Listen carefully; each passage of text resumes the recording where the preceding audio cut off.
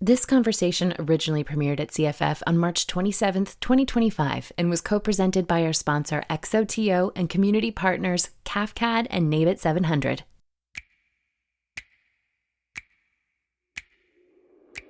Every great story starts with a look.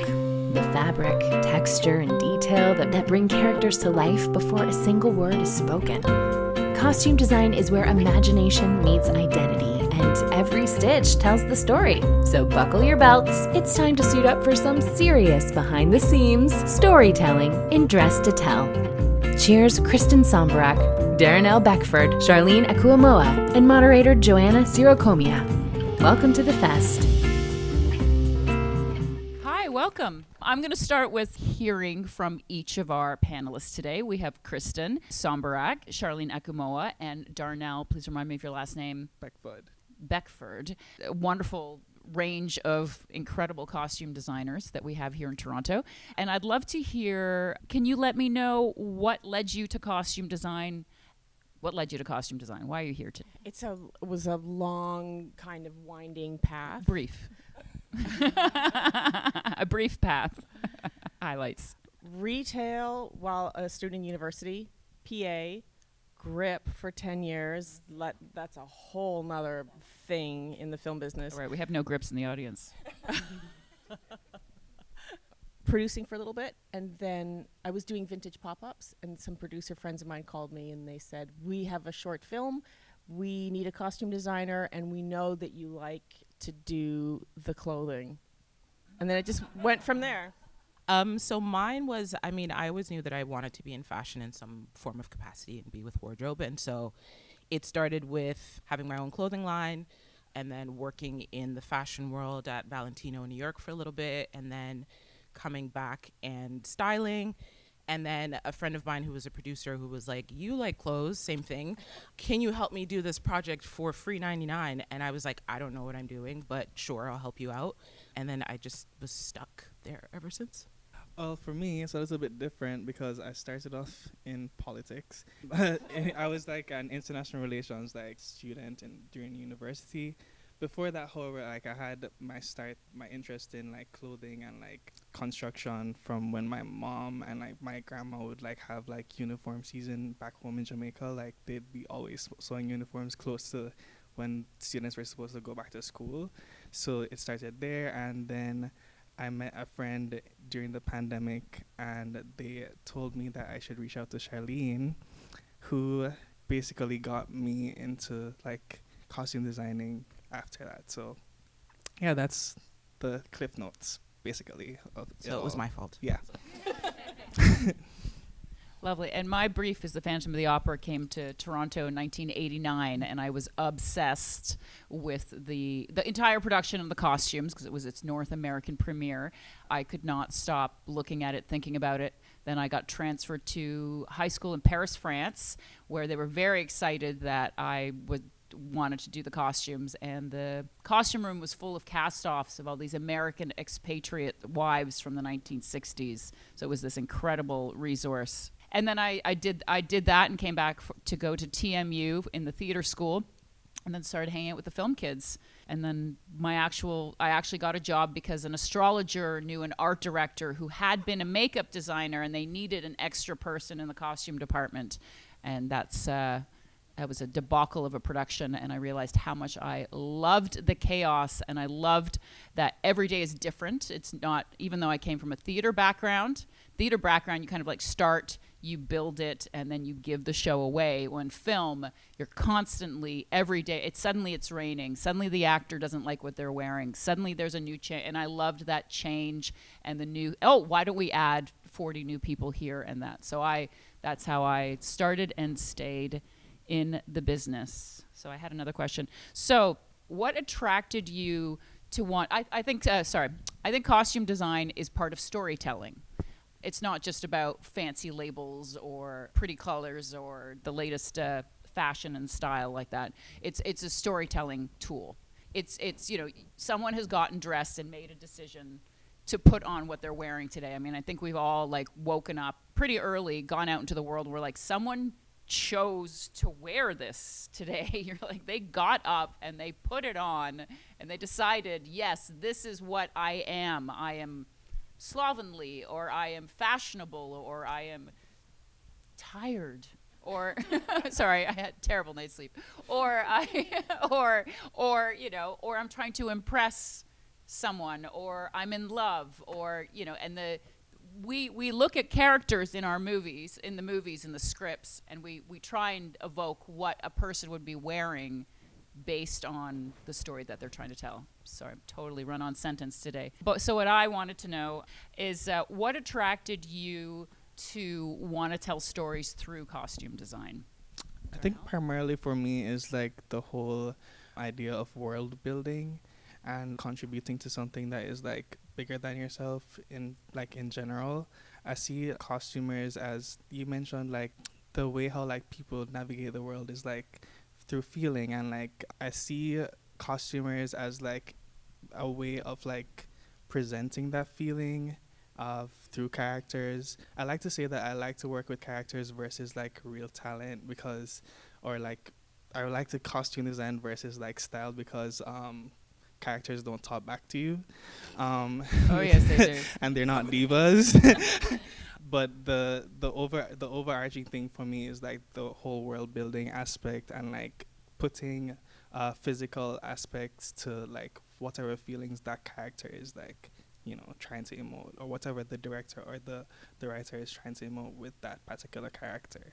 Yeah, I'm kind of the same in that sense, where it's the world building for me, because I mean, I was used to getting, these are the clothes, this is the vibe of the editorial, and then just like styling it, and then it lives for like 5 minutes and then it kind of disappears. Whereas here it's like you're literally, there's words on a page that you're making come to life, and it's the fact that you get to contribute to creating this character that maybe doesn't exist in the world yet, or maybe does exist in the world, and then pulling from, you know, your resources to try and make that person come to life. And I think it was that thing of like, I get to, well, not just me, but like I get to be a part of the team that decides who this person is and how they're going to show up in the world, and work with, you know, the actors who are sometimes divas to kind of make that person come to life. And it's more of the collaboration between like, you know, the director, sometimes the producers, and the actors themselves, because they've lived with that character for so long that they know the psychology behind them.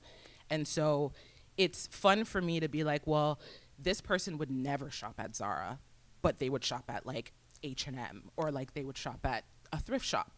And so getting to make those decisions and then having it live forever, essentially, is kind of what brought me to this world. I think further to what my fellow panelists said, that it's not just the characters that the actors are bringing us, but the clothing itself. I also see the garments as having their own story arc and their own trajectory, and I think that informs the kind of project that you're attracted to. For example, I would much rather do a show where I'm building something from another time period or another universe from scratch, because then I have that constant interaction throughout the process of building it, and it's not just someone who being blasé and saying just go to the mall and get one in green. Yeah, the outfits are characters too, and I get very emotionally attached to these people who aren't even real. 100%, yeah. Because they're characters, and so are the clothes, and then I think about them all the time, and then I start to turn into them after I do research for a Western piece for 3 months. I start to dress like it. One of my favorite things is to show up on set like as one of the characters, like on a particular day. Just I feel like more so a lot of the times is that it's a practical idea, because what if like something doesn't work on the particular character, I could just remove something from Here, take me my shirt. and like Oh, give it that's to so them. charming. I'm like so I'm like, I think about it that way, but also as you said, like you kind of like take on particular characteristics from like what you've been like working with tangibly for a long period of time. Yeah, I'm totally wearing a corset and a bum pad right now. And you knew it after my 8 years on Murdoch Mysteries. For me, it's we use the word collaborative, but filmmaking is the only ultimate collaborative art. you have so many different, you've got the production design and the set deck and the, composition and the accounting, of course, most important, and the greens department and the hair and makeup and the story and all that. And I like to see if I can make it like a painting. Like, I love coordinating, going and saying to set deck, so what kind of cushions are you going to put on that couch? And what does the interior of the car look like? And, seeing if we can make a painting. Especially with, a show like Murdoch Mysteries. We actually shoot very quickly, even though it's a period piece. And we still try, I'll talk to the production designer about the wallpaper or tell the painter what to paint the room. I'm married to the painter, so that's an interior. The painter. I'm married to the painter, so I can tell the painter what to paint. No, I don't tell him what to paint sometimes. So anyway, for me, it's like being able to be part of painting a picture. Because yes, the characters have voices and they have things to say and they have actions to take. But wouldn't it be nice if they look nice standing next to the potted plant or the antique case or whatever it is. But it's not always successful. Sometimes it turns into a big clash. But I really like being able to see the sway of colors. Well, that's what we're all here for. That's beautiful. We're all here to talk about those things and come up with that wordology. I always tell my team on set to look out for what their brothers and sisters in the other departments are doing. Like, if shit is going down with props, pay attention because it might come back to us. True. And the thing is I think a lot of people who don't understand, filmmaking or let's say costume design or art direction in general, they think that we have so many meetings and that everything is planned to the design. It's not, a lot of what we do is not the Barbie movie where you get to design every single and have meetings over every single clothes peg. It's a lot of it, especially in the indie world, are fly by the seat of, I've had it happen where I arrive and an entire band shell was painted kind of the same blue as these chairs. And of course, I had a whole bunch of characters in blue and I was like, oh, I wish you had told me. But then I guess I should have asked. So I'm just saying is that things are not as controlled as we think. So being able to, fly by the seat of our pants and add a pink scarf or a yellow hat or, I'm being very broad here. But that type of thing, that's what also attracted me to costume design in film, is that you get to organically move through while still trying to tell the story and stay on budget. That's for you up there. And for you, mostly for you. mostly for you. The accountant doesn't care. That one was for you. That one is for you. So what interested me, I also wanted to take a bit of a slant on this panel and talk about how can a director / producer / showrunner get the best out of their costume department. A lot of novice filmmakers may not know how to communicate what is the best way to be able to be on the same page. They may have expectations or no expectations. So I don't have an answer for this right now, but I thought that we could discuss it. I'd be kind of curious to see. Kristin, what do you think a director bringing to you would get the best performance out of you? Like, what do you or what inspires you about working with a director, showrunner? I think it's always a bit of a process to learn how we understand each other, when you develop a shorthand with someone, just the way you communicate. I love references. I love visual references. I love musical references. This director I'm working with right now wanted a guy to be really rocker, and I wanted to go right into it with him. I said, okay, are we Black Sabbath rocker? Are we Metallica rocker? Are we Tool? Who are we talking about? Because I love those cultural references because they are easily accessible and often already familiar to a lot of us. His answer was Metallica. How do you feel about that? It's less interesting than a Black Sabbath fan, but the music's not as good as Tool, so I'm there to get him what he needs. So the more he can speak to my heart, the more I can speak to his. Luckily, you were on the same page with those references, and those are readily available. But do we like when directors come with a whole bunch of images? Yes, we do. I'm kind of like a two-part. There's directors that know how to communicate what it is that they're trying to see because they've built the world up in their brains already, so they know exactly what the person looks like, what room they're in, what color the room is in. And directors like that have the confidence to be able to say, this is exactly what I'm looking for. And then there's other directors that can't quite articulate it, but have images and have the vibe and have the music and have a picture of like a sky that is like the color of like a dress that they want. And so I like both of those because in both of those worlds, they still know what they want, but there's different ways of kind of communicating those things. What I don't love is the directors that don't necessarily know what they want. But they know what they don't want. But they know what they don't want, but they only will know if they see it. So it's very much I've had work with directors where it was like I've made 3-4 mood boards for the same character, and each and every single time it's like, no, this isn't right, no, this isn't right, and then we would just go back to the first one, and they'd be like, oh yeah, this is exactly what I'm looking for. Did you at least rearrange the photos and change the font so it felt some like of them, yeah. Some, I think when I got to like the third-ish mood board, I was like, I'm just gonna use the same photos here and see if they notice.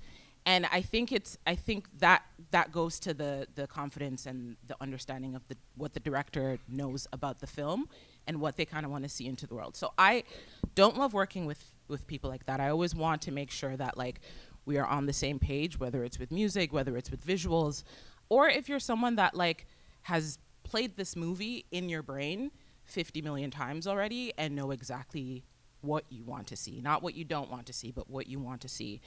And sometimes it does take a little bit of massaging, and sometimes it takes, more than like 3-4 meetings for them to kind of be like, actually, I want this to be totally red, even though you've shopped blue, and they said they like blue the first. Well, I mean, we do have to keep in mind, especially in today's landscape, is that oftentimes the directors are not the final say. When I first started in the business, the directors were the final say on what it was that they wanted. And now we have showrunners and producers and network executives. So in some cases, a director can't be decisive because they're anxious, nervous, not sure themselves. Yep. So that can be an interest, especially when it comes to when it comes to television.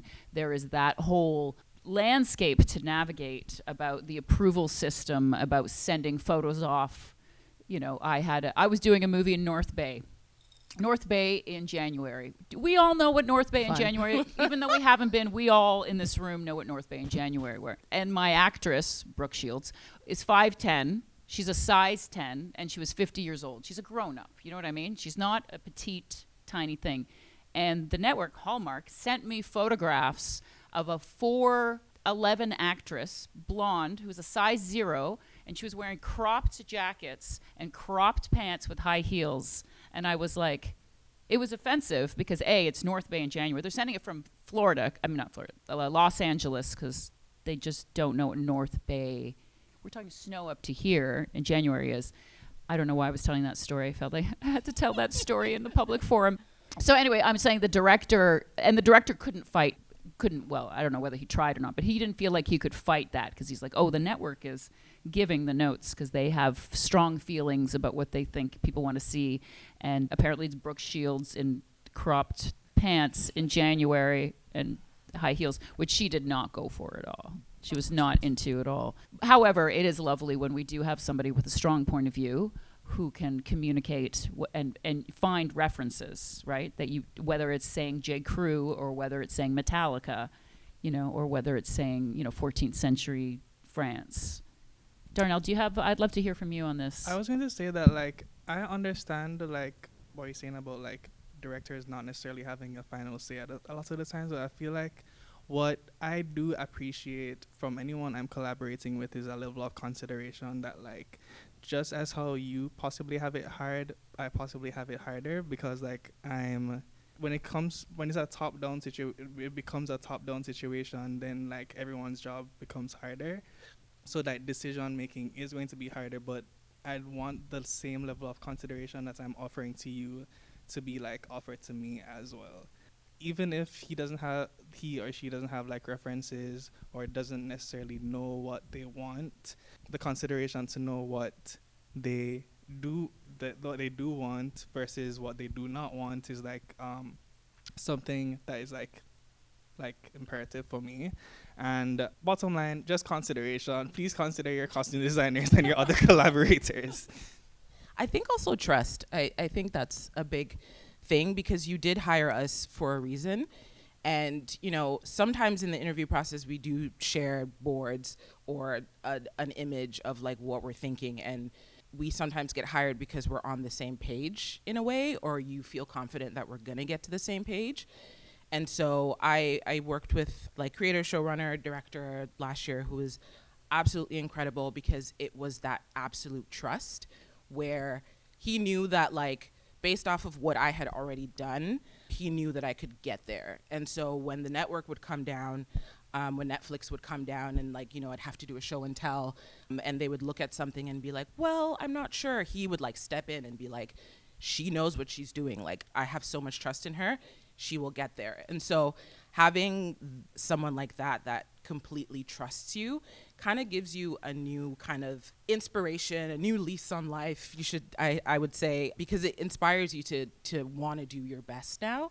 And it makes it easy for you to kind of like go and speak to them when they have free time and be like, this is what I'm thinking about this entire uniform. Like, what are your thoughts? And he'll be like, yeah, great, love it, keep going. And so having that kind of a relationship and having someone that trusts you completely and also isn't afraid to tell you when they don't like something or like call you out when you're doing something that you're not aligned with is also so important, because you have that comfortability, you have that relationship with this person, and it makes the job so much easier. I think that trust and the consideration that my fellow panelists brought up fosters the environment where we can come to you with our response to your input, and we can have feedback, and we can say things like, this 4'11" woman, her outfit will not translate to Brooke's body. And they will listen to you, and they will understand that there are different body types out there, and that we are here to let them know how we could make 4'11" turn into 5'10". Let us do that for you. Yeah. What I found really inspiring about what you just said there, and I'm just going to use the word champion. So it was like the director has now become a champion. So he's a he, she, they have become a champion for the people that they have hired. And to become a champion, you need to be secure in yourself. 100%. So, you know, you're getting back to, you know, what everyone you find on the Instagram at 3 a.m, all of those be yourself championing, all those memes. Find your own, be your own happiness, that type of business. So it just feels like every conversation I'm having now is about whoever is being secure in who you are yourself, trusting your own process, loving yourself, you know, forgetting about all of your childhood trauma and daddy issues and whatever, and becoming a champion. So that's really a beautiful thing. And then we, in turn, are champions for our crew. Yeah. So we speak up about our costume set supervisors, or our on-set assistants, or, you know, our seamstresses and whatnot. And I know that anytime anyone says, oh, that was a great outfit or a great costume, I always say, it's the team, it's the team, it's the team. So I think maybe superhero capes. I think if we all start wearing capes, I was thinking about they're building me a new office right now, and I was thinking about putting a hook right outside the door with like these really beautiful metallic pom-poms. So then I could just take the pom-poms every so often, and just like when someone had a good idea, I'd be like, yes, yes, with the pom-poms. Yeah, that's quite beautiful, actually. I think with the championing. But sorry to cut you off, but like I think with that was probably one of the first times I had director / showrunner / writer champion me so hard and so like aggressively and proudly, and like it made me want to do whatever. Like if you need me to do something for you, I got you, because I know that you have my back. Yeah. And so I'm totally down to now go the extra mile if you need to. So 100%. Yeah, that's very, very important, because now your team knows that you respect them, or they respect you. And like he would send us cards and be like, thank you guys for a great, like, getting us to camera. And that's never happened before. And I was just like, whatever you need, I got you. Like, oh, absolutely. Yeah. That's right. Yeah, positive reinforcement for sure. I've been on shows where you don't hear anything ever, and you're like, well, why am I even going to bother? But then when someone comes up to you, crosses the set, and go, oh my gosh, this was so fabulous, you're like, what am I going to do next for you, daddy? I mean, not daddy. Sorry. I mean, it wasn't my dad. That's not why I went into therapy in there, but my daddy issues or anything like that. Not unlike dating, though. It's not. It's true. It's not unlike dating sometimes. It's so true. I think we are running through our questions really remarkably and have lots of time. Is there anything else? Let's do quickly. I'd like to know more about each of you here. Let's just maybe a top 10 list of your favorite projects, maybe ones that you're really proud of. There's not something I'm not proud of. Okay, because Great answer. There definitely is things I'm not never proud know of. who's gonna be listening. Exactly. I love I have all a of list of them. those. I do think that everything that sucks is a lesson, though. So Totally, it's a lesson, but you can still delete it from your IMDb. Yes. When I learned I could do that, I was so excited because I was like, I feel like this is cheating, but like also I don't want you to know that I did this. Yeah. not unlike dating. Okay. Give me a little quick CV. I did a show for Apple that was a kids show that was a reboot of something that was in the 90s called Ghostwriter. Yep. And I loved that because the characters came to life out of books. So then I had my period people and I had my creatures and I had all of my weird things that I got to build. And that was a really steep learning curve / awesome experience because I got to build what I like to build. I just finished a feature in Thunder Bay, so I'm going to one-up your North Bay and go to Thunder Bay in January. And that was that was set in 1821. Actually, I'm dying to hear more about that. I'm dying to talk about it, but I can't very much. Well, not on microphone anyway. Yes, that was a combination of British people who were coming to Upper Canada, and we had the military, and we had some First Nations characters, and we had someone who was an American character. And so it was all of it. And like any sort of Game of Thrones kind of creatures and historical stuff, that's my jam, because no one's going to tell me to go to the mall and get one in green. So everything is good for its different reasons, but you always remember the ones where you get to build what you like to build and you like the people you're working with. Or build what you don't even know you wanted to build. The amount of things that we get to learn and then do research in a different time period and then build different relationships with different creators. I mean, it's a career of learning and being creative. I mean, I've been doing the same show for 8 years, and I call it a forced creativity because you're like, how can I possibly come up with another dock worker? How can I possibly come up with another banker? And it's just like, I don't have time to sit and think about it because it's like an episode. So it's just like, get in there and just turn it on. We're just in prep right now, and I haven't found that yet. Mind you, my office doesn't have electricity, so that's another story. So I will find it. Hopefully I will find it, so you'll have another season of Murdoch Mysteries to watch. But Shar, please tell me about some of your, because that Netflix thing hasn't come out yet, eh? No, and I'm very excited to talk about it also. I can't say much except for what's on the internet. So I this was like the biggest kind of build show that I've done. It was like based on a comic book, right? It's based on an anime, yeah. Anime. Which was on my bucket list. I definitely wanted to do a live action anime. And so I got to actually build these uniforms from scratch, which was amazing. It was like 100+ uniforms. Didn't you have 4.5 days to do that? I had literally 5 minutes. 5 minutes to do it. Yeah, it was 2 weeks, right? Something like that. I think it was like 2-ish weeks for over 100 different sized uniforms. Yeah, and because of course from everyone's scratch. playing on day one. Of course. Yeah, and so it was a fun challenge. But because they were stylized uniforms. Yes. It wasn't just like army fatigues or anything. No, like that. it was well, that was kind of my fault because I wanted them to look extra.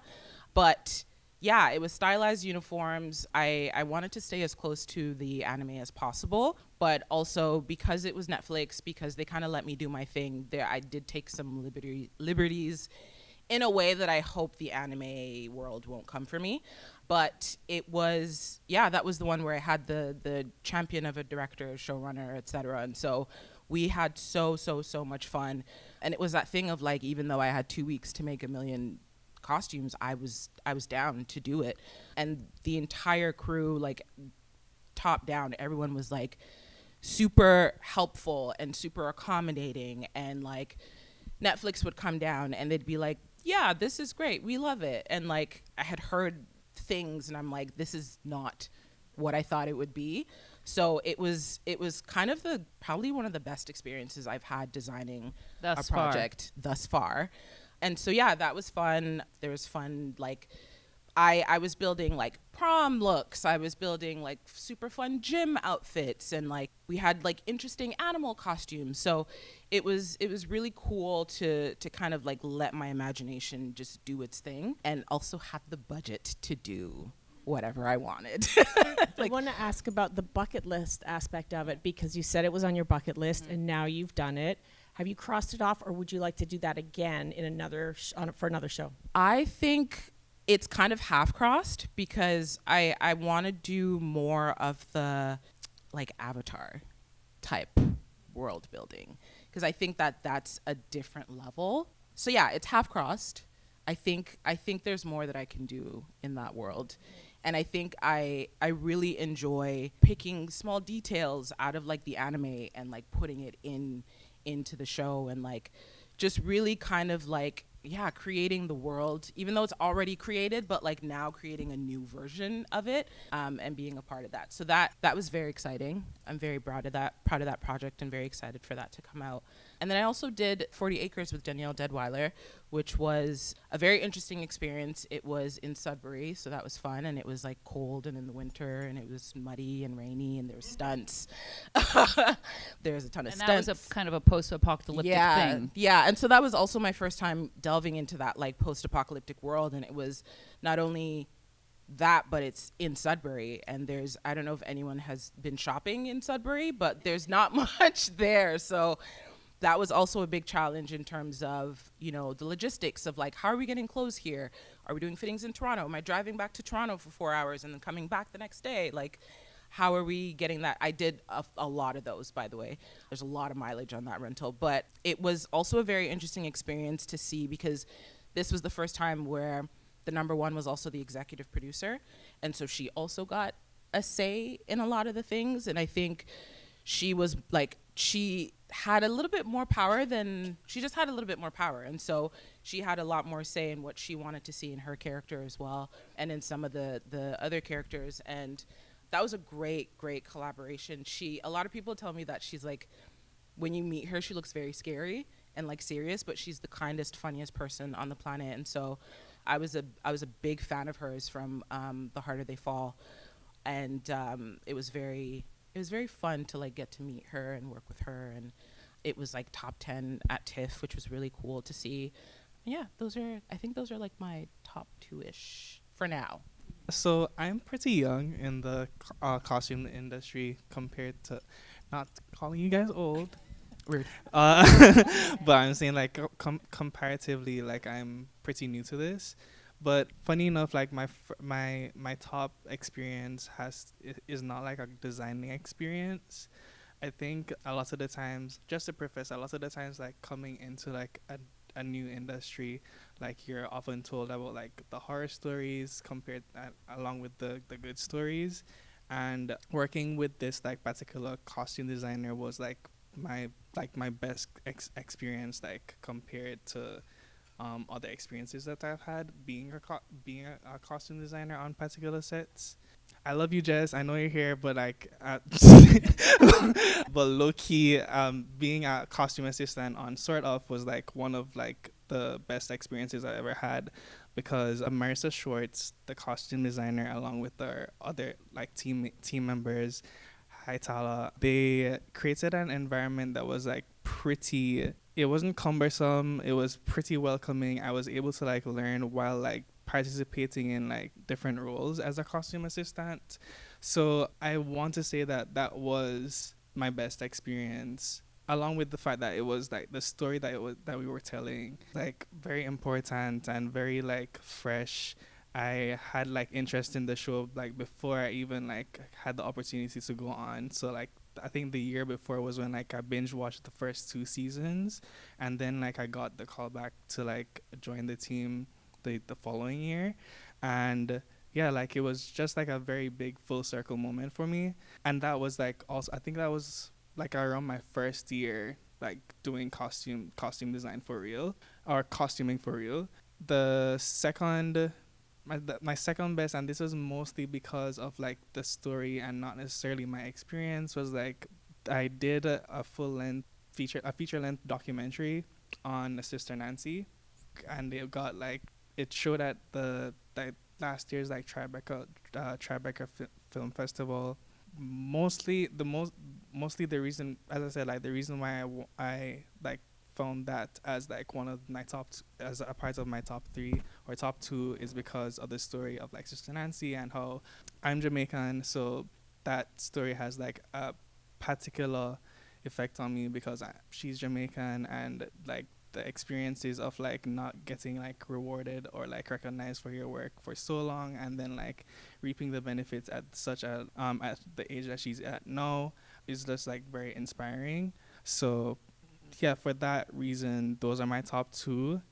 And yeah, like working with Jess Hinkson on Sarah and on Comfy, that's like having its Toronto premiere tomorrow at the CFF. Yay! Yay! So we have 10 minutes left. I would love to know if there's any questions from the audience. Yes, madam. How do you go about researching for historical accuracy? Well, don't watch Murdoch Mysteries because it certainly is not accurate. Certainly not accurate with the wearing Zara blouses. It's ridiculous. It's ridiculous. I think, I started off before the internet as a costume designer, and so it was a lot of libraries. I was obsessed with libraries, which is actually probably what led me towards costume design, because I spent a lot of time in the costume, fashion, historical section. So, you do everything you can, whether it's a Pinterest page, whether it's going to the Toronto Reference Library, whether it's seeing what books there are at the Value Village. They have things. You find all sorts of different ways to do research. I've collected lots of books, lots of files of, I find this interesting, I find that interesting, and just trying to keep it in some kind of an organized manner that you can access it. So I don't think there's anything more than... Well, this thing that we just finished was set in 1821, so it was set before any of these photographic processes were invented. And you would be accurate, yeah. Well, I tried. You would be. She'd do an accurate show, yeah. So we didn't have access to photographic records of anything, and I have to understand that a lot of the stories that I'm hearing are told from the perspective of the people who were colonizing the area, and not from the people whose story we were trying to include in our plethora of characters. So I did a lot of research into the First Nations communities. I had a Zoom meeting with the curator from the Smithsonian. He's the guy who is responsible for caring for the bison coat. Our number 1 wears this bison coat. So he's responsible for the bison coat that they think belonged to Buffalo Bill. So he donated his time and he talked to us about the textiles from the period and how our American character would have come from here to here and encountered these textiles along the way. So the Smithsonian was a valuable resource. And then the guy who wears the buffalo jacket is Australian, and I'm going to imitate him, so I'm sorry, I'm going to butcher his accent, but I don't care. He's got a good sense of humor about it. He came to me one day. He said, my buddy Taylor wears a bison coat for American Primeval, that show that's just came out on Netflix. And the thing is, in the time span, the 32 years between our show and Taylor's show, they had the photographic process was invented. So those costume designers had access to photographs of Buffalo Bill. So they built Taylor Kitsch's coat based on that. So Luke came to me and he says his coat weighs 18 pounds. I reckon mine's bigger. Can you get a scale? So we had to weigh Luke Hemsworth with and without his bison coat, and it was 17.6 pounds, and he was so disappointed. So I said, you're probably faster. You're probably faster than Taylor. Also, you sounded just like him. Yeah. If I closed my eyes. Totally. Do we have what's our other, yes. I would say 2 things. I've started building the return fees and the shipping and all of that stuff into my budgets, because as we see, a lot of the retailers are leaving, a lot of the good stores are leaving, and so a lot of that stuff is now going to come from ordering things online. Them that's not to be named. Yeah, them. So a lot of the stuff is coming from online, but then now there's a smaller pool of stores, and so now they're getting inundated with all of us coming in and buying 10 million things and then returning 9. And so my thing with that part would be very nice to them and like build. So I've built like relationships with some of these people, and so they understand and they know what's coming, but also be very responsible with the shopping that you're doing and understanding that like these are people that are gonna have to restock this stuff. They don't necessarily want to go through a pile of all of your returns. And so when you are shopping, be very mindful with like what you're buying. And I now tell my team like sometimes like be considerate and like know that we're gonna keep at least 25% of what it is that we're purchasing, because then it shows good faith as well to the people that you're purchasing from. And then a lot of rentals as well. It's like looking into like the rental world and seeing what can be done there. And then going to like the smaller mom and pops, sometimes they are willing to rent to you, and sometimes they are willing to give you deals. Or again, if you talk to them, they sometimes they're, especially in indie world, that they down to lend you stuff if you shut out their stores. So I think at this point and in this very tricky climate, it's very important to lead with kindness and be very responsible when you're doing your shops. But that's as much, I think, as I can say to that right now, because I'm also sad. And I've been doing period for the last 8 years, so I'm very afraid about when I have to go back and put a woman in jeans. Very concerned. I don't know what I'm going to do. Be very concerned. Okay. It's scary out there. It's going to be very serious. Chelsea, what's up? I think that's a whole other seminar. No, it's good. I think again, I think championing, as we brought up as a theme, I think is very important. Yeah, I think I just did a whole seminar on this actually, which I cannot remember at all. But I think championing is perhaps the main thing that I'm going to say there. Yes, go ahead. I would also add like delete your ego when you become HOD, because now your responsibilities are a lot greater.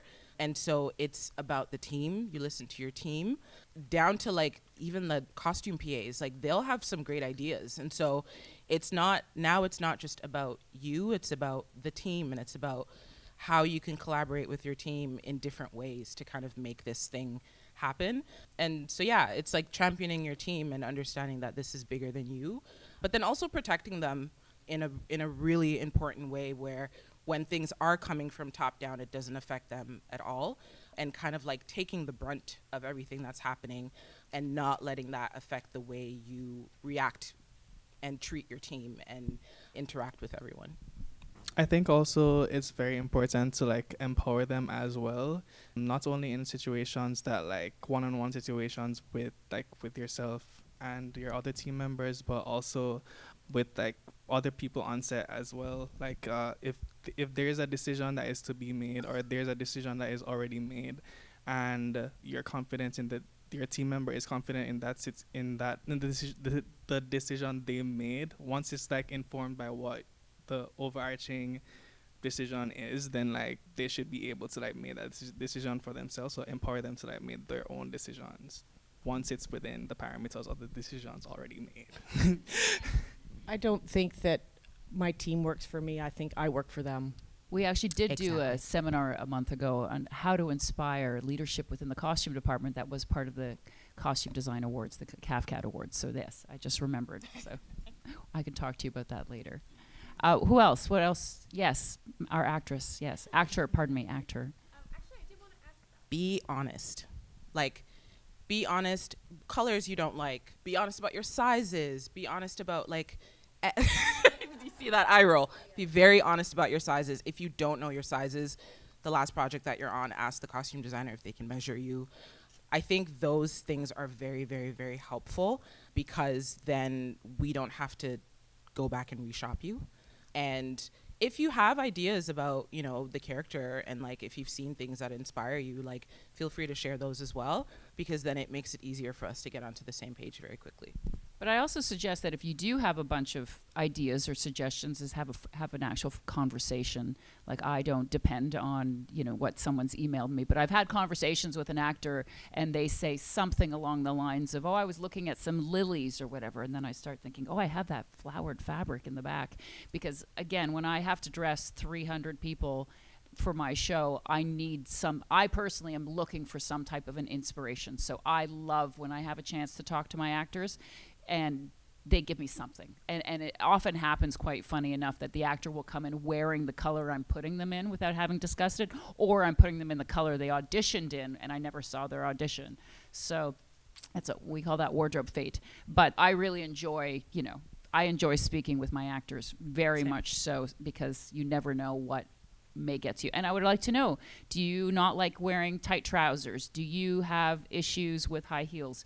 Do you want smaller bra, bigger bra? Do you, are you going to change your hair color from your photograph? I want to know those things. So, And yes.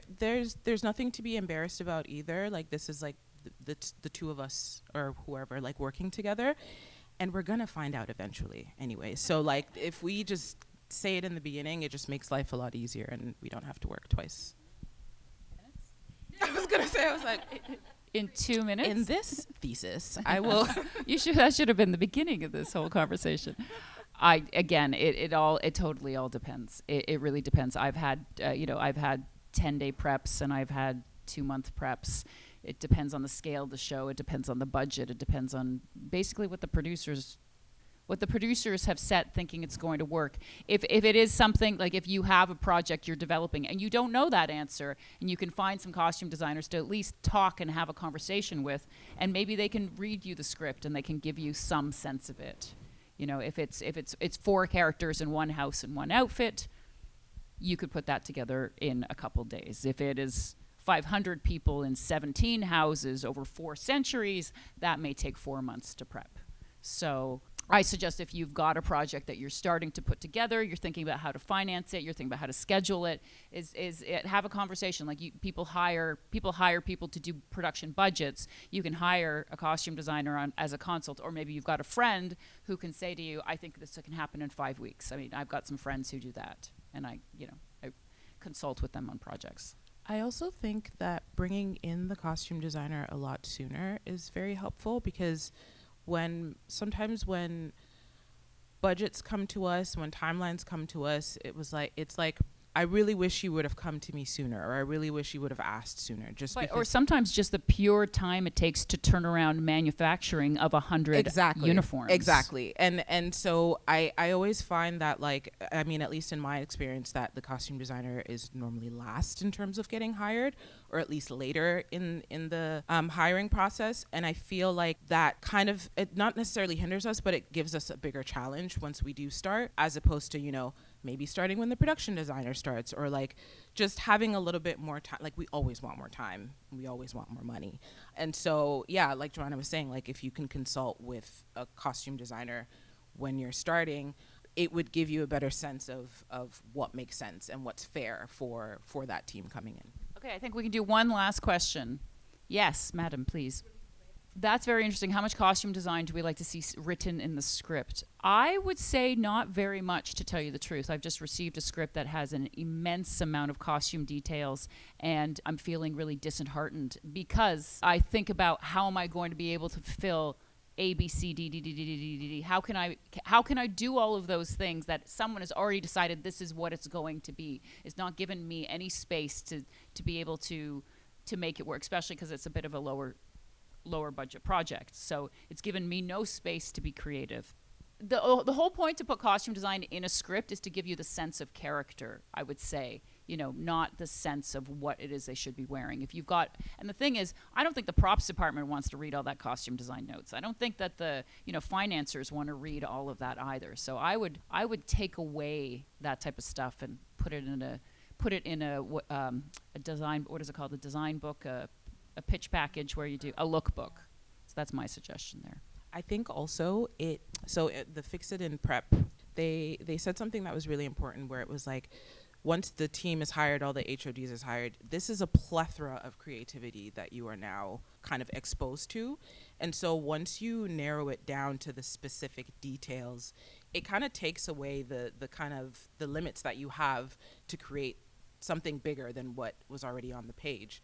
And it's also, you never know what the actor is going to look like once they come in, right? So there's been times where I've had an idea of what I want. I've had specifically down to the shoes of what I wanted an actor to wear, and then they come in and I'm like, oh, this is awful. And so you're kind of putting yourself in a hole once you get super detailed and super specific, because you're now creating a tunnel vision for yourself and for everybody else, and it makes it harder for that vision to actually be what it's supposed to be. Amazing. Oh my goodness. Thank you so much, guys. You've inspired me, actually. I needed some inspiration today, so thank you so much. Thank you, Kristin, Darynel, Charlene, and Joanna. That's a wrap on our behind-the-scenes look at the art and business of costume design. Thank you to our community partners CAFCAD, NABIT 700, and our sponsor XOTO for bringing us this panel in style. This conversation was produced by Jen Pogue, Ashley Rains, and Bern Euler for Canadian Film Fest. Music by Brett Higgins. This episode of Cheers and Chats podcast is co-produced, edited, and sound mixed by Avery Hughes. For more info on the fun happening now at CFF, find us at canfilmfest.ca.